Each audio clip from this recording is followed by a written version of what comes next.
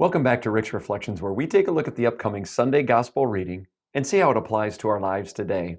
This Sunday is going to be very familiar, very similar to last Sunday, because we're going to hear a parable about a sower.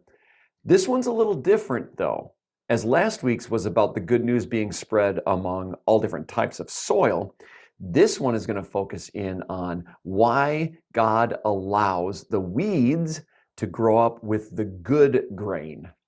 And what it really boils down to is, number one, God loves everyone and provides ample opportunity for people to know Him, to love Him, and to encounter Him and be with Him forever.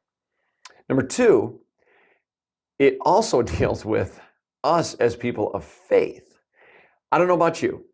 I have definitely asked the question, Lord, why do you allow people to be so bad?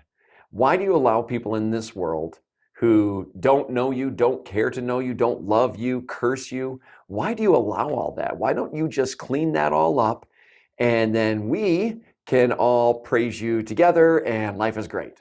Well, a couple reasons. Number one, this isn't heaven. That's heaven, right?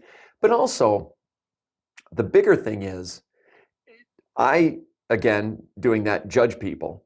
And I don't allow for some transformative experience. I just say, okay, God, take care of it. Just if these people aren't going to love you, just take care of them. But rather, what if somebody on their last dying breath handed their life over to God and wanted to live with Him? Well, we know that God would allow that. We know that God gives that opportunity. And it's not about timing. It's not about when you choose. It only matters that you choose. So it's about timing, right? It's all about just saying yes to God at some point in your life and following Him. But also, if we were to pluck out all of the bad from the world, why would we ever want to leave this place? Why would we ever want to go and live with God? I desire to be in the presence of the Lord. I want to live with the Lord. That means one day I'm going to die.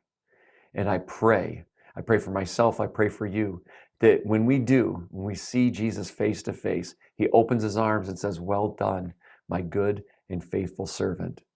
You see, thank goodness, I am not God. Thank goodness, I do not get to choose people's salvation. I don't think I'd give them enough time. But our God who loves them always will.